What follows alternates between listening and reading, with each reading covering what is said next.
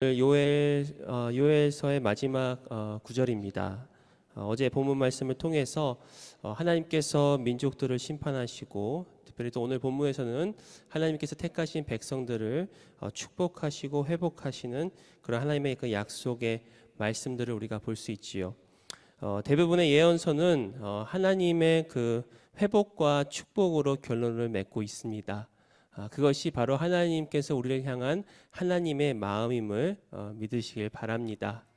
그러한 말씀을 통해서 우리가 오늘 본문 말씀 통해서 그런 하나님의 마음이 어떻게 나타나는지 우리 한 절씩 같이 나누겠습니다. 먼저 14절을 보시면은 사람이 많으며 심판의 골짜기에 사람이 많으며 심판의 골짜기에 여호와의 날이 가까움이로다. 하나님은 사방의 모든 민족을 그 심판의 골짜기로 모으셔서 또 그들을 심판하시겠다라고 말씀하고 있습니다. 여기서 이 시적인 표현으로 사람이 많다, 사람이 많으며라고 두 번 반복하고 있는데 이 말씀을 이렇게 묵상하면서 마음에 드는 두 가지 생각이 있었습니다. 첫 번째는 결국 모든 것을 보응하시고 또 모든 것을 또 합력하여 선을 이루시는 하나님을 다시 한번 알 수가 있었습니다. 이 심판의 골짜기에서 심판을 받는 민족은 바로 하나님을 저버렸고 또 하나님의 백성을 괴롭혔던 민족들이었습니다. 그들은 이 땅에서 어느 정도 부귀영화를 누리고 또 하나님의 백성들을 쳐서 또 노예로 끌고 가며 또 제멋대로 했던 그런 민족들이었지만 결국 그들의 결말은 심판이었다라는 것이죠. 이 심판의 그 장면을 본 그 요엘 선지자도 사람이 많으며 이 두 번을 반복을 하면서 최후에 승리하시는 그 하나님을 찬송하며 또 최후에 그 원수들이 심판받는 것을 통하여 어떤 기쁨의 그런 함성을 외치는 것과 같다라고 우리가 볼 수 있겠습니다. 결국 하나님은 모든 것을 다 갚아 주시는 분이십니다. 21절에도 보시면요, 마지막 절인데요, 내가 전에는 그들의 피 흘림 당한 것을 갚아주지 아니하였거니와 이제는 갚아주리니 이는 여호와께서 시온에 거하심이니라. 그러니까 모든 것이 결국은 하나님께서 다 갚아주시고 마지막에 다 우리에게 상 주시겠다라는 그런 하나님의 약속의 말씀을 우리가 볼 수가 있습니다. 이 말씀을 통해서 저와 여러분들은 큰 위로가 되기를 축복합니다. 특히 이 땅에 살면서 우리가 예수를 잘 믿고 또 말씀 따라 산다고 노력하는데 우리의 기대와는 상관없이 참 우리에게 안 좋은 일들이 일어날 때가 있지 않습니까?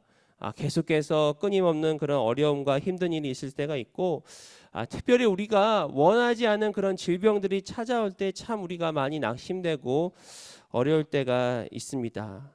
그런데도 믿지 않는 이 세상 사람들은 때로는 이렇게 이 믿지 않는 사람들 때문에 우리가 부정당하게 피해를 받을 때도 있고 또 핍박을 받을 때도 있고 또 세상 가운데서 하나님을 믿지 않는다고 하면서 그들은 정말 잘 먹고 잘 사는 그런 모습들 때문에 때로는 이렇게 우리의 마음이 또 어려워질 때가 있을 때가 있다는 것이죠. 특히 이게 제 주위에 이제 가까운 분이 참 많이 지금 아프신데 제가 그분을 옆에서 바라볼 때는 정말 예수님 잘 믿고 또 말씀대로 살려고 참 노력했던 그런 분입니다. 또 그분이 이게 젊을 때부터 이렇게 사시는 그런 인생을 들어보면은 참 여러 가지 힘들고 어려운 일, 또 적지 않은 그런 상처를 품고 지금까지 살아오셨는데 그분의 인생을 보면은 정말 하나님이 이분 축복해 주셔야 되는데 지금은 또 이렇게 많은 그런 질병으로 고생하고 계시다는 것이죠. 이런 일들을 이렇게 바라볼 때 왜 하나님 저에게 이런 일이 일어납니까? 왜 하나님 우리 옆에 있는 분에게 이런 일이 일어납니까? 라고 우리가 질문하고 싶지만 오늘 말씀을 통해서 하나님께서 결국 주시는 건 뭐냐? 결국 모든 것을 다 보응하시겠다. 모든 것을 다 갚아주시겠다라는 것입니다. 우리 믿는 자들에게는 그 약속이 반드시 이루어짐을 믿으시기 바랍니다. 특히 지난 주일 말씀에 우리가 이런 말씀을 들었죠. 우리가 사는 이 땅에서 사는 동안에 약속을 받지 못하더라도 우리 후세에 그 약속은 반드시 이루어진다라는 것이죠.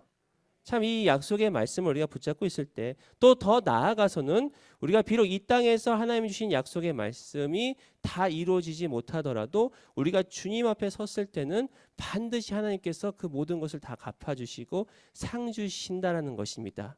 그렇기 때문에 우리가 이 땅 가운데서 비록 우리가 원하지 않는 일들 또 우리를 힘들게 하는 일들이 있을지라도 우리가 끝까지 주님 바라보며 주님께 소망을 두고 사실 때 그 모든 것이 마지막 때에 하나님께서 심판하시고 마지막 때에 우리에게 상 주시는 그런 하나님을 우리가 바라보며 살 때 우리에게 다시 한번 이 세상을 사랑하는 큰 힘을 얻을 줄 믿습니다. 두 번째는 이 말씀을 통해서 한번 생각했던 것이 사람이 많다. 특별히 어떤 사람이 많냐라고 성경 말씀을 얘기하고 있냐면은 이 심판의 그 골짜기에 사람이 참 많다. 자, 이 말씀을 이렇게 깊이 생각하며 묵상할 때 이 말을 거꾸로 생각해 보니까 이런 말로 우리가 생각할 수 있더라고요. 구원받은 자는 적다라는 뜻으로 이렇게 생각이 되더라는 것이죠. 그러니까 이 심판의 골짜기란 결국은 예수님을 믿지 아니하고 또 하나님을 대적했던 그 백성들이 이 심판의 골짜기에 참 많다라고 요엘 선지자는 그렇게 이야기를 하고 있는데요. 우리가 구원은 값없이 주시는 예수 그리스도의 은혜요. 또 예수 그리스도의 십자가의 공로로 이루어지면 우리는 너무나 잘 알고 있습니다. 그런데 그 은혜를 누리는 자가 많지 않다는 것입니다. 오히려 예수님께서는 구원에 이르는 길, 생명에 이르는 길은 뭐라고 그랬죠? 좁은 문, 좁은 길이라고 우리에게 말씀하셨습니다. 또한 로마서 1장에는 하나님을 마음에 두기를 싫어한다. 그게 이 세상이라고 우리에게 말씀하고 있습니다. 그래서 하나님은 그들에게 그 상실한 마음을 그대로 내버려 두고 하나님을 떠나는 그들을 그대로 내버려 두겠다라고 이야기를 합니다. 비록 하나님께서 우리에게 주신 은혜는 값없는 은혜이지만 이 은혜를 진정으로 받아들이고 예수님을 영접하는 사람은 오히려 적다라는 것이 성경에서 말씀하고 있다라는 것이죠. 실제로 지금 우리가 세상을 둘러볼 때만 해도 잘 알 수가 있는데요. 얼마 전에 뉴스를 보니까 이 한국의 청소년 복음화율이 3%가 조금 넘는다고 합니다. 100명 중에 3명 정도가 예수를 믿는다는 것이죠. 이미 많은 교회가 주일학교가 없고 또 많은 교회가 이렇게 교회를 떠나는 것을 우리가 잘 알고 있지만 이 선교학에서도 3%는 미전도 종족에 속한다고 합니다. 그러니까 우리나라의 청소년들, 우리 자녀들 세대가 미전도 종족과 별바 다를 게 없다라는 것이 결론인데 이만큼 지금 이 세대도 그렇고 또 성경에서도 구원받은 자가 많지 않다는 것을 우리가 그럼 이것을 통해서 무엇을 알 수 있을까? 어떠한 마음을 가져야 될까라고 했을 때 저와 여러분들은 이들을 향한 좀 거룩한 부담감을 가졌으면 좋겠습니다.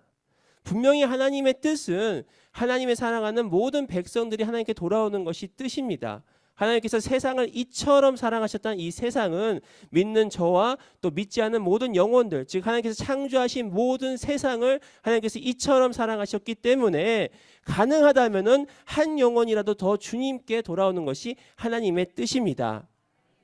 그런데 이 세상에서 실제로는 사람들이 복음을 받아들이지 못하고 그 은혜를 누리지 못하기 때문에 그것을 놓고 저와 여러분들이 눈물 뿌려 기도해야 한다는 것이죠. 특별히 우리 자녀들을 위해서 또 여러분들의 자녀들을 위해서 눈물 뿌려 기도하시기를 바랍니다. 하나님께서 우리의 뿌린 눈물은 반드시 기쁨으로 그 열매를 거둘 줄 믿습니다. 이 땅에서가 아니더라도 반드시 하나님은 우리의 기도를 응답하시고 우리의 기도를 통해서 우리의 자녀들이 다시 주님께로 돌아와 정말 하나님의 그 놀라운 또 은혜를 누리며 또 하나님의 하나님의 사람으로서 이 땅에 쓰임 받는 그런 사람들이 되기를 축복합니다. 그래서 우리가 이 요엘의 고백과 같이 사람이 많다. 어떻게 보면 이게 두 가지 마음인 것 같아요. 하나는 기쁨의 마음. 그러니까 우리가 마지막 때에 승리하는 최후 승리의 마음이고 또 한 가지는 그 하나님의 그 숨겨져 있는 이 영혼들을 어찌할꼬 지금도 하나님을 알지 못하고 예수님을 알지 못하고 세상에서 방황하며 세상의 것들을 쫓아가는 저 영혼들을 어찌할꼬라는 그런 마음이 저에게 좀 전달되었는데 이 아침에 나오신 여러분들은 어떠신지요? 우리만 잘 먹고 잘 살자는 게 아니잖아요. 그렇죠? 하나님께서 우리에게 주신 복을 우리가 나누면서 결국은 한 영혼이라도 더 주님 앞에 우리가 주님께 모시는 그런 저와 여러분들의 삶이 되기를 축복합니다. 또 14절과 15절 뒷부분을 14절 뒷부분을 보시면요. 심판인의 골짜기에 여호와의 날이 가까움이로다. 해와 달이 캄캄하며 별들이 그 빛을 거두도다라고 우리에게 말씀하고 있습니다. 특별히 이 심판의 날이 가까웠다. 그리고 15절에 해와 달이 캄캄하고 별들이 그 빛을 거두었다라는 것은 어떤 우리 요한계시록에도 나와 있는 그 하나님의 그 종말론적인 그런 심판의 날이라고 할 수 있습니다. 특별히 이 15절 말씀은 요한계시록 8장의 그 나팔 재앙 중에 그 네 번째 나팔을 불 때 낮과 밤의 3분의 1이 어두워졌다라는 그런 말씀이 있습니다. 즉 하나님께서 이 최후 심판하시는 그 날이 가까웠다라고 말씀할 수가 있습니다. 그런데 이 14절에서 심판의 날이 가까웠다라고 이 표현하는 것은 결국 하나님께서 하나님의 때가 되었을 때, 또 하나님의 때가 찼을 때 반드시 그 심판을 이루시되 바로 곧바로 이루시겠다는 그런 약속의 말씀이거든요. 그러니까 무슨 말이냐? 우리가 마지막 때가 가까웠다라는 것은 지금 우리의 입장에서는 우리가 그 하나님의 그 때를 우리가 또 기다리며 또 하나님의 때에 맞춰서 우리가 살아야 되지만, 그리고 어떻게 보면 지금 우리가 이 요엘 말씀이 쓰여지고 나서 지금까지 한 2000년 이상, 2500년 이상의 그 시간이 흘렀지만 아직 하나님의 때가 오지 않지 않습니까? 그럼 어떻게 보면 이게 하나님의 때가 가까웠는데 아직 안 왔다라고 우리가 생각할 수 있지만, 여기서 하나님의 그 여호와의 날이 가까웠다는 것은 하나님의 그 때가 찼을 때, 그리고 그 때가 찼을 때 반드시 하나님께서 이루시겠다. 그러니까 하나님의 말씀이 반드시 이루어지리라는 것을 우리에게 말씀할 수가 있고요. 또 지금을 사는 저와 여러분들에게 주시는 말씀은 베드로후서 3장 8절 9절에 이런 말씀이 있습니다. 사랑하는 자들아, 주께는 하루가 1000년 같고 1000년이 하루 같다는 이 한 가지를 잊지 말라. 주의 약속은 어떤 이들이 더디다고 생각하는 것 같이 더딘 것이 아니라 오직 주께서는 너희를 대하여 오래 참으사 아무도 멸망하지 아니하고 다 회개하기에 이르기를 원하시느니라. 그러니까 세상 사람들은 하나님이 온다 그러는데, 예수님이 다시 온다 그러는데 언제 오느냐라고 이렇게 비아냥거리면서 이야기할 수 있지만, 하나님의 뜻은 무엇이냐? 오래 참고 기다리신다는 거예요. 더디에 오시는 게 아니라, 하나님의 약속을 이루시지 않는 것이 아니라 지금도 한 영혼이라도 다 멸망하지 않고 다 회개하기에 이르기를 원하시는 그 하나님께서 지금도 기다리고 계시다는 것이죠. 지금도 오래 참고 계시다는 것이죠. 그렇기 때문에 하나님께서는 하루가 1000년 같고 1000년이 하루 같다. 그러니까 우리가 지금 아무 일도 일어나지 않는구나, 예수님이 다시 오신다는데 아무 일도 일어나지 않는구나라고 생각할 수 있지만, 하나님께서 하나님의 때가 되면 반드시 이루어진다는 것이, 그것이 바로 여호와의 날이 가까웠다라는 그런 표현이라는 것이죠. 그리고 실제로 요엘 말씀을 통해서 그 하나님의 날이 가까웠을 때 그 심판의 골짜기에서 민족들을 심판하시는 그런 하나님을 볼 수가 있다는 것이죠. 이렇게 세상의 민족들을 심판하는 하나님께서 이제 16절부터 하나님의 그 백성을 축복하시고 회복하시는 그 말씀을 우리에게 주십니다. 16절을 보시면은요, 여호와께서 시온에서 부르짖고 예루살렘에서 목소리를 내시리니 하늘과 땅이 진동하리로다. 그러나 여호와께서 그의 백성의 피난처 이스라엘 자손의 산성이 되시리로다. 여기서 하나님께서 우리에게 주시는 그 회복의 첫 번째는 무엇이냐면요, 바로 여호와께서 시온에서 그리고 예루살렘에 계시다라는 그 하나님의 그 임재를 우리가 볼 수가 있습니다. 무슨 말이냐? 그 전까지만 해도 하나님은 어디에 계셨었죠? 바로 심판의 골짜기에 계셨습니다. 심판의 골짜기에 계셔서 거기서 사방의 민족들을 모으시고 그들을 심판하셨는데, 그리고 하나님의 백성들을 회복시킬 때 먼저 하나님께서 그 자리에서 우리가 있는 곳으로 옮기셨다는 것이죠. 바로 하나님이 우리와 함께하는 것이 바로 회복의 시작이요, 하나님이 우리와 함께하는 것이 진정한 축복임을 우리는 기억해야 한다는 것입니다. 바로 비록 하나님은 무소부재라고 그러죠. 이 땅에 안 계신 곳이 없고 또 편재라고 합니다. 온 땅에 충만하신 하나님, 어디에다 계시는 하나님이시지만, 하나님의 그 사랑하는 자들에게는 특별히 하나님께서 임재하신다는 것이죠. 마치 이 구약의 지성소, 또 언약궤에 하나님이 임재하셔서 그곳에 계셨던 것과 같이, 하나님은 이 심판의 골짜기에서 이제는 시온 그리고 예루살렘에서 하나님께서 오시겠다, 그곳에 계시겠다라는 것이 바로 하나님의 그 회복의 말씀이라는 것입니다. 하나님은 특별히 하나님의 사랑하는 백성들과 함께 하십니다. 그리고 하나님은 예수님을 통해서 바로 임마누엘의 하나님을 이루셨습니다. 그래서 요한복음 1장 14절에 보면은 말씀이 육신이 되어 우리 가운데 거하심에 우리가 그의 영광을 보니 아버지의 독생자의 영광이요 은혜와 진리가 충만함이라. 바로 예수님께서 우리 안에 거하시기 때문에, 우리 가운데 거하시기 때문에 우리가 하나님의 영광을 볼 수 있는 것이고, 예수님께서 우리 가운데 거하시기 때문에 우리가 진정한 은혜와 진리가 충만한 가운데 우리가 임하는 것이다. 무엇을 더 우리가 구하겠습니까? 하나님이 우리와 함께 하신다는데 우리가 무엇을 더 구하겠습니까? 우리가 참 세상에서 힘들 때, 제가 아까도 말씀드렸지만 제 가까운 분이 이렇게 참 많은 지금 질병으로 참 고생을 하시면서, 또 어제도 사실 밤 늦게 또 이렇게 이머전시에 좀 갔다 오셨어요. 그래가지고 이게 잠도 제대로 못 자고 저는 또 설교해야 되니까 제 아내가 대신 좀 이머전시 갔다 왔는데 제가 애들 보고 재우고 그랬는데요. 우리가 참 이게 세상 삶이 참 어렵더라고요, 그렇죠? 참 인생이 무엇인지.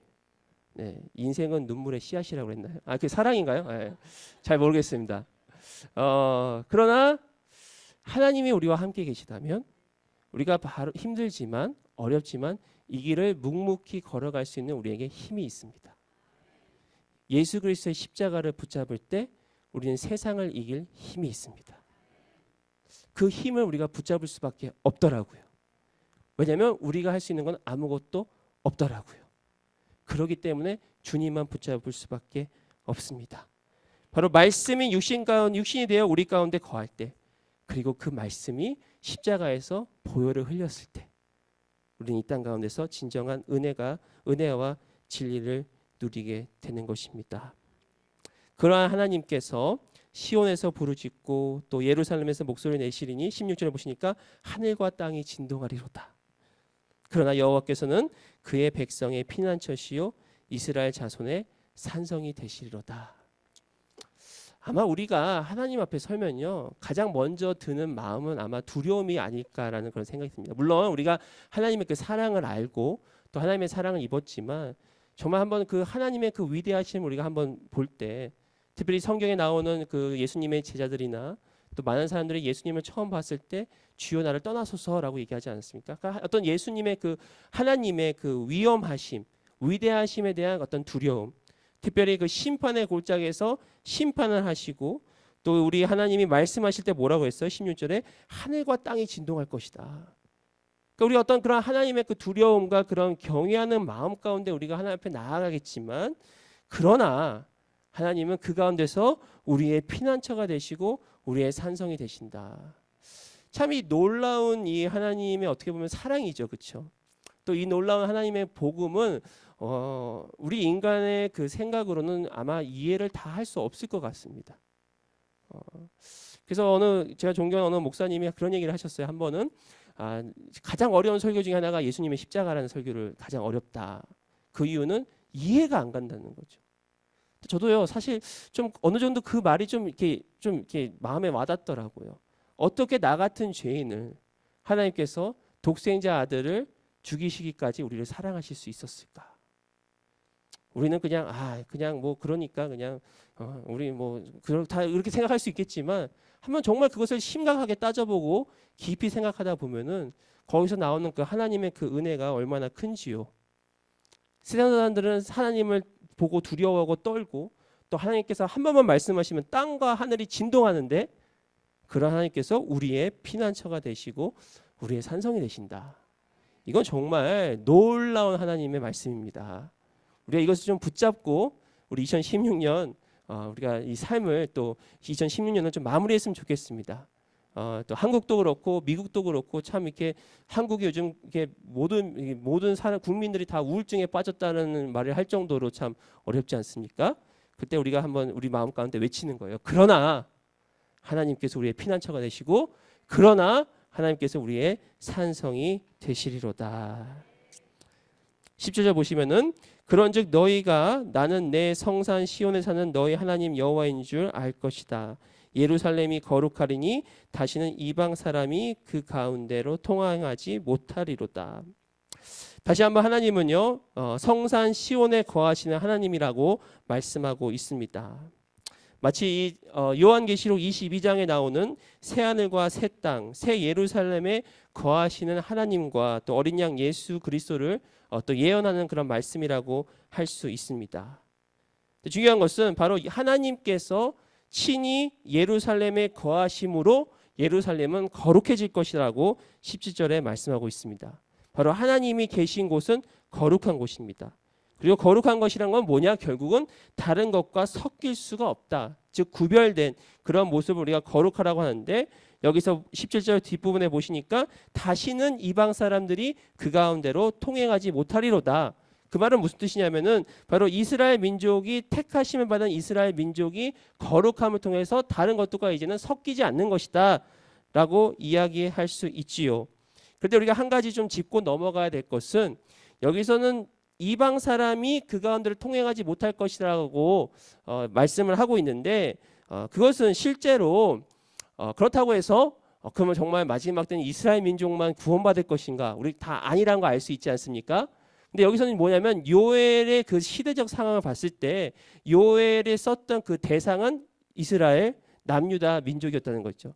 특별히 지금 하나님께서 이 유다 백성들에게 말씀하시는 거기 때문에 이 말씀은 이제 그들에게 한정을 지어서 그들 외에는 다른 이방인들이 섞이지 않을 것이다. 그런데 하나님께서 이스라엘 민족을 출애굽하셔서 가나안 땅으로 인도하셨을 때 한 가지 중요한 말씀해 주셨는데, 그게 뭐냐면요, 거기에 있는 이방인들과 섞이지 말라는 것이었습니다. 더 나아가서는 여호수아에게 거기에 있는 이방 민족을 다 멸하라.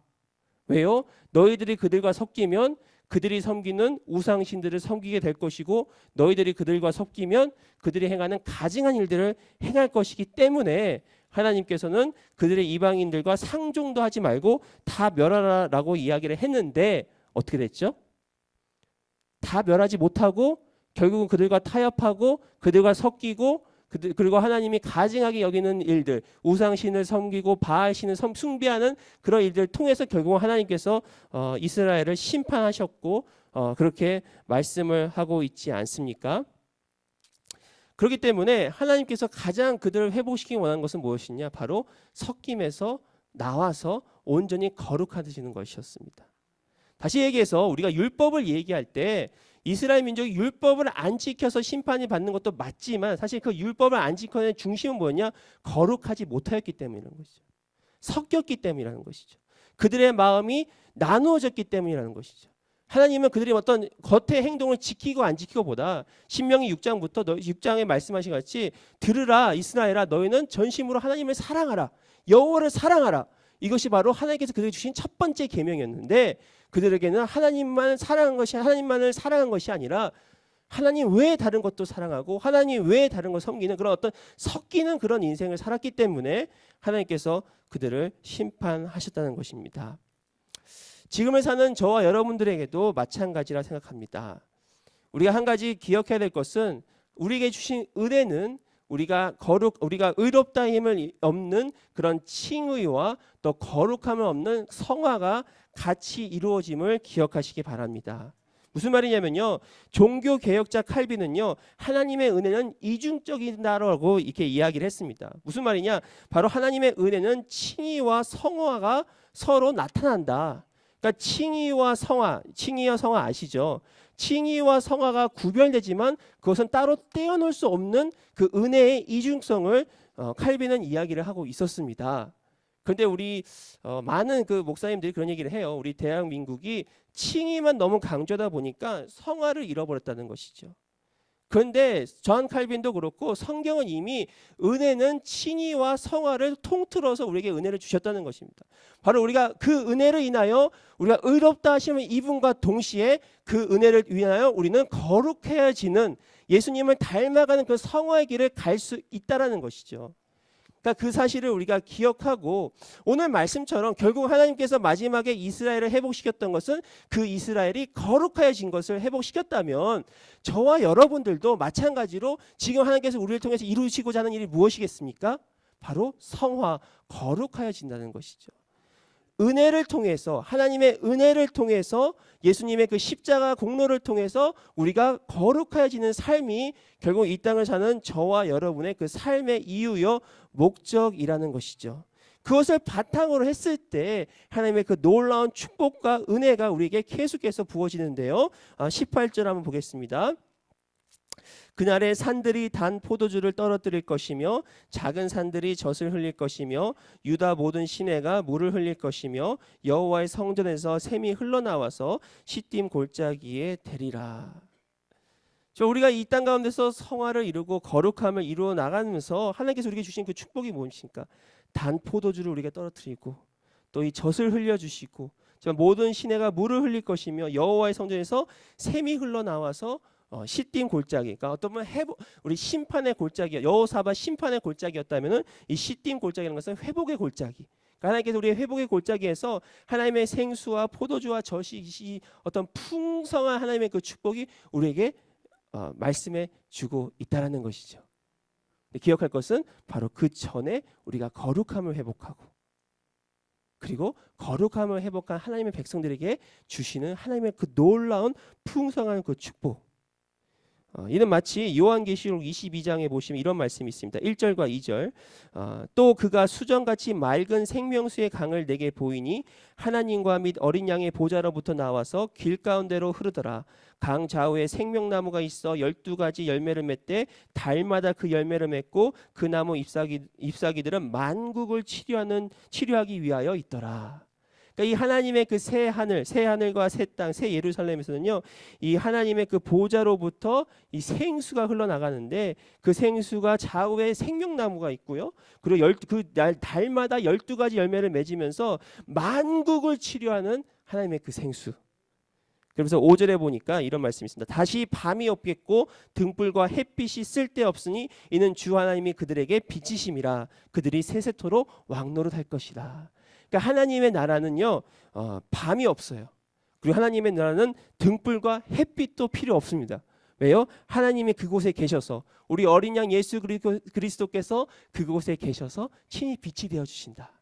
그러면서 저와 여러분들은 바로 열국을 세세토록 왕노릇하는, 그것이 바로 하나님께서 우리에게 약속하신 새하늘과 새 땅, 최후의 하나님의 그 축복의 말씀을 우리에게 있다라는 것이죠. 그 은혜가, 그 하나님의 나라가 지금 이 순간에도 저와 여러분 가운데 흘러넘치기를 축복합니다. 그것은 뭐냐? 결국은 우리의 생각의 변화고요, 우리의 관점의 변화입니다. 때로 하나님은요, 환경을 거둬가지 않으실 때가 반드시 있죠. 우리 다 아시잖아요, 그렇죠? 아무리 기도해도 환경은 그대로 있을 때가 많이 있습니다. 그러나 그 환경 가운데서 하나님이 주시는 그 풍성함이 우리 가운데 임할 때 그 환경 가운데서 내가 기뻐할 수 있고, 감사하지 못하는 상황까지 내가 감사할 수 있고, 그러므로 하나님께 영광을 돌릴 수 있는 것이 바로 이 땅 가운데서 하나님의 나라를 사는 저와 여러분들의 삶이고요. 그리고 이 땅이 지나면은 정말 마지막 때에는 금방 말씀한 우리 말씀과 같이 정말 하나님의 그 놀라운 그 풍성한 그 축복의 은혜가 우리를 기다리고 있다라는 것이죠. 19절에 보시면요, 그러나 애굽은 황무지가 되겠고 에돔은 황무한 들이 되리니 이는 그들이 유다 자손에게 포악을 행하여 무죄한 피를 그 땅에서 흘렸음이니라. 유다는 영원히 있겠고 예루살렘은 대대로 있으리라. 내가 전에는 그들의 피 흘림을 당한 것을 갚아주지 아니하였거니와 이제는 갚아주리니 이는 여호와께서 시온에 거하심이라. 결국은 이 요엘의 마지막 절은요, 여호와께서 시온에 거하신다. 임마누엘 하나님, 그곳에 계시는 하나님께서 우리를 영원토록 축복하시고 회복하시고 20절 말씀과 같이 영원히 있는, 대대에 있는 그런 저와 여러분이 된다는 것을 요엘서 말씀을 통해서 우리에게 말씀하고 있습니다. 요엘서를 이렇게 마무리하면서 참 이 요엘서는 또 다른 어떤 그 선지서보다 참 그 복음을 참 많이 이야기를 하는 것 같습니다. 이미 여러분도 알고 있지만 요엘 2장 28절과 29절은 사도행전 2장의 그 성령 강림 사건을 이미 예언하고 있고요. 또 이 요엘서 그 2장 32절은 또 이 로마서 10장의 말씀, 그러니까 10장에서 이 요엘서 2장 32절을 인용하였습니다. 누구든지 주의 이름을 부르는 자는 구원을 얻으리로다. 여호와 이름을 부르는 자는 구원을 얻으리로다.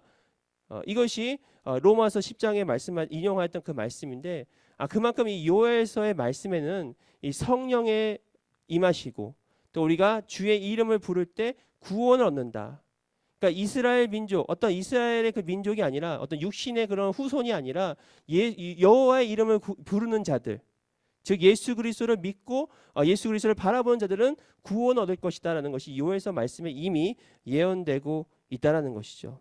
특별히 우리 요엘서의 중요한 말씀인 요엘서 2장 12절과 13절 우리 한 번 더 읽고 좀 말씀을 생각하고 마치도록 하겠습니다. 우리 요엘서 2장 12절 13절 같이 한번 읽겠습니다. 시작. 여호와의 말씀에 너희는 이제라도 금식하고 울며 애통하고 마음을 다하여 내게로 돌아오라 하셨나니 너희는 옷을 찢지 말고 마음을 찢고 너희 하나님 여호와께로 돌아올지어다. 그는 은혜로우시며 자비로우시며 노하기를 더디하시며 인애가 크시사 뜻을 돌이켜 재앙을 내리지 아니하시나니. 아멘. 우리가 그때 이스라엘 민족도 그렇고 지금 우리가 해야 될 것은 이 말씀과 같이 정말 울며 금식하고 울며 애통하며 정말 마음을 다하여 하나님께 돌아오는 그런 우리가 회개가 우리에게 필요하다. 옷을 찢지 말고 마음을 찢는 회개, 그리하여 하나님께로 돌아오는 회개가 우리에게 필요하다. 왜냐하면 하나님은 은혜로우시고 자비하시고 노하기를 더디하시며 인애가 크시기 때문에 하나님의 마음은 정말 우리가 주님 앞에 돌아올 때, 특별히 우리가 이 예언서를 볼 때 한 가지 알 수 있는 것은 하나님의 심판은 항상 이스라엘 민족으로부터 시작하였다는 것이죠. 우리가 이 말씀을 좀 한번 심각하게 한번 생각해 봐야 됩니다. 왜냐하면 베드로전서 4장 17절에 이런 말씀이 있습니다. 하나님의 집에서 심판을 시작할 때가 되었나니 만일 우리에게 먼저 하면 하나님의 복음을 순종하지 아니하는 자들의 그 마지막은 어떠하며. 그러니까 이 베드로 사도가 얘기하는 거예요. 하나님의 집에서 심판을 시작할 때가 되었나니 만일 우리에게 먼저 하면. 그러니까 육신의 그 아브라함의 후손인 이스라엘 민족에게 먼저 하나님께서 심판을 하시고 책망을 하셨으면 신약을 사는 저와 여러분들도 마찬가지로 우리에게 먼저 하나님께서 심판을 하시고 책망을 하시겠다라는 것이죠. 그 말은 무엇이냐? 정말 우리 마음의 중심 가운데 예수 그리스도를 주인 삼고, 아까 얘기했지 않습니까? 구원받는 자가 많지 않다. 굉장히 두려운 말씀입니다. 물론 이 새벽에 나와서 기도하신 여러분들은 한 번도 그럴 분이 없을 거라 저는 믿습니다. 그런데 교회 나와도 구원받지 못한 사람이 있을까요, 없을까요? 있다는 것이죠. 그렇기 때문에 이 하나님의, 그러니까 저와 여러분들이 우리 아까도 얘기했잖아요. 칭의, 내가 믿음으로 의롭게 여긴다는 것은 전적인 하나님의 은혜인데 거기에 우리가 머물지 말고 바로 성화, 거룩함을 이루는 그것도 하나님의 그 은혜다라는 것을 우리가 기억하시면서 내가 정말 내 안에 주님이 계시는가, 내가 정말 예수를 믿는 그 진정한 그 믿음이 내 안에 있는가를 한번 살펴보고, 그리고 내가 지금이라도 당장 내가 하나님으로부터 더 멀어진 것이 있으면 다시 회개하고 돌이킬 때, 그때 요엘서 2장 28절에 말씀하시는 성령이 우리에게 임한다는 거예요. 그러니까 성령이 임하기 위해서는 반드시 회개가 따라낸다는 것을 우리가 역사적으로도 증명하고 있지 않습니까? 바로 우리가 마음을 찢고 하나님께 회개할 때 우리에게 성령이 임하셔서 하나님의 놀라운 그 은혜와 축복이 우리에게 넘친다는 것이 바로 요엘서의 말씀입니다. 그러면 저 여러분들은 이 말씀을 붙잡고 날마다 승리하며 나아가시기를 예수님의 이름으로 축원드립니다. 하나님, 주님의 은혜 감사합니다. 우리가 요엘서 말씀을 통해서 그 하나님의 그 두려운 말씀과 또 하나님의 놀라운 축복과 은혜의 말씀을 다시 한번 기억하기를 원합니다. 정말 하나님이 원하시는 대로 우리가 마음을 찢고 주님께서 돌이켜 진정으로 금식과 회개를 통해서 하나님이 주신 놀라운 은혜와 축복을 누리도록 주여 역사하여 주시옵소서.